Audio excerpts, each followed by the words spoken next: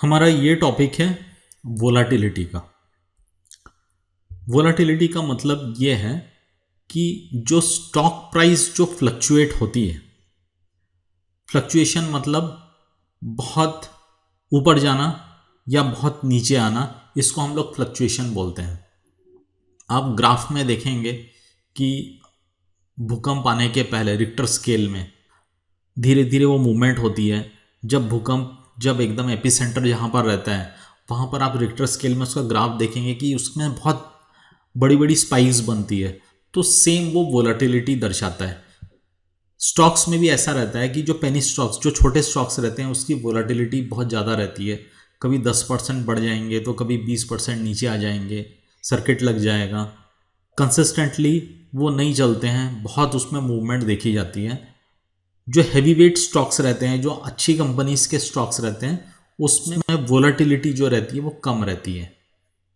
बहुत खुशी के मौके पे भी ज़्यादा खुश नहीं होते हैं, बहुत दुख के वातावरण में भी वो ज़्यादा दुखी नहीं रहते हैं। वो स्टॉक्स इस तरह के हैं कि वो धीरे धीरे मूव करते हैं। यदि मार्केट जैसा मूव कर रहा है उस हिसाब से ही चलते हैं, तो हम लोग कहेंगे कि वो लो वोलाटिलिटी वाले स्टॉक्स हैं। तो वो उसमें रिस्क भी कम रहता है। हाई वोलाटाइल स्टॉक्स में रिस्क आपके ज़्यादा रहेगा कि आप देखेंगे कि यदि वोलाटाइल रहा वो स्टॉक, बहुत ज़्यादा उसकी मूवमेंट रही, तो आप स्टॉप लॉस कैसे निर्धारित करेंगे। आप यदि 2% 3% के ऊपर के भी स्टॉप लॉस लगाएंगे, नीचे के लगाएंगे, तो वो हमेशा आपका स्टॉप लॉस ट्रिगर हो जाएगा। तो जितने भी हाई वोलाटिलिटी वाले स्टॉक्स हैं वो हम लोग उसको रिस्की स्टॉक्स भी बोल सकते हैं। इसमें हिस्टोरिकल वोलाटिलिटी आती है एक, और दूसरी आती है इम्प्लाइड वोलाटिलिटी। हिस्टोरिकल वोलाटिलिटी का मतलब ये होता है कि लास्ट एक साल में इसने क्या प्राइस का मूवमेंट दिया। सपोज कोई दिन 2% चढ़ा, कोई दिन 3% घटा, कोई दिन 10% चढ़ा, कोई दिन 2%। ये पूरे साल भर में 365 दिन में जितना भी ट्रेडिंग डेज होता है, 200-250 दिन का जो ट्रेडिंग डेज होता है, उसका एक एवरेज निकाला जाता है और उससे हमें ये मालूम चलता है कि ये स्टॉक जनरली एग्जाम्पल के लिए 2% मूव होता है। इसकी हिस्टोरिकल वोलाटिलिटी बताती है कि ये बहुत हैवीवेट स्टॉक है, ये 2% के ऊपर एवरेज में मूव होता नहीं है। हमें जो ऑप्शंस में इस्तेमाल आने वाली जो चीज़ रहेगी वो इम्प्लाइड वोलाटिलिटी रहेगी। हिस्टोरिकल वोलाटिलिटी हमारे उस काम की नहीं है, वो सिर्फ स्टॉक सिलेक्शन के लिए ठीक है। इम्प्लाइड वोलाटिलिटी जो ऑप्शन ट्रेडर रहते हैं उनके लिए ये इसलिए काम की है क्योंकि ये इतिहास के बारे में नहीं बताती है कि पुराने एक साल में इसने क्या किया है।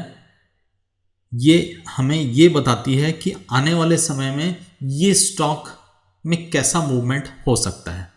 मैं आपको एक एग्जांपल बताता हूँ कि जब भी हमारे देश में जो फेस्टिवल्स आते हैं, आप गणेश पूजा बोलिए, दशहरा, ईद, होली, दिवाली, जिस तरह के भी फेस्टिवल्स आते हैं, इससे जुड़े जो वस्तुएं हैं उसके जो दाम हैं, उसके जो प्राइसेस है, आप देखिएगा फेस्टिवल्स के पहले शूट अप हो जाते हैं।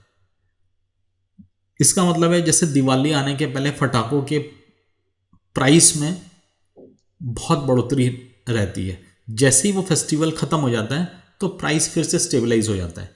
इसका मतलब है कि बाइंग इंटरेस्ट और सेलिंग इंटरेस्ट दोनों बढ़ जाता है। बेचने वाला भी तैयार हो जाता है बेचने के लिए फटाके, और ख़रीदने वालों का भी इंटरेस्ट रहता है। डिमांड एंड सप्लाई है, उस वक्त लोगों का इंटरेस्ट इतना बढ़ता है कि वो प्राइस जैकअप करता रहता है और प्राइस बढ़ जाता है। तो इम्प्लाइड वोलाटिलिटी भी इस तरह का है। मैं आपको एग्जाम्पल स्टॉक्स में बताऊंगा कि सपोज टाटा स्टील हो गया या TCS हो गया या इन्फोसिस हो गया। सपोज आपको मालूम है कि ये हफ्ते में इस कंपनी का रिजल्ट आने वाला है। एक एग्जांपल कि सपोज आपको लगता है कि टाटा मोटर्स का रिजल्ट आने वाला है, तो आप देखिएगा कि उससे रिलेटेड जो कॉल और पुट ऑप्शंस हैं उसकी जो प्राइसेस है ना वो बहुत बढ़ जाती है। इसका रीज़न क्या है? बहुत ऑब्वियस है, क्योंकि उसमें बाइंग इंटरेस्ट और सेलिंग इंटरेस्ट दोनों बढ़ जाता है। एक पक्ष ये सोचता है कि इसका रिजल्ट अच्छा आएगा तो वो कॉल खरीदते जाता है और उसका कंटिन्यूशन में बाइंग इंटरेस्ट बना रहता है। एक जो दूसरे तरफ के ऐसे लोग हैं जो ये सोचते हैं कि नहीं यार इसका रिजल्ट अच्छा नहीं आएगा, ये ग्रोथ अच्छा नहीं कर रहा है, तो वो पुट ऑप्शंस बाय करेगा, अगेन उसमें बाइंग इंटरेस्ट बढ़ेगा, और जब वो बाय कर रहा है तो ऑब्वियस रीज़न है कि कोई ना कोई उसको सेल कर रहा है। तो उस वक्त आप देखिएगा कि वो स्टॉक्स में इम्प्लाइड वोलेटिलिटी बहुत बढ़ जाती है, जिसको हम लोग आईवी बोलते हैं। ये जब हम लोग सॉफ्टवेयर, जब ऑप्शन सॉफ्टवेयर, जब मैं आगे के स्लाइड्स में आपको सेक्शन में जब मैं आपको बताऊंगा, पोर्शन जब कवर करेंगे, तो आपको आईवी कहाँ से चेक करना है वो भी आपको मालूम चल जाएगा। फिलहाल के लिए हमें ये समझ में आता वोलेटिलिटी किस तरह से काम करती है।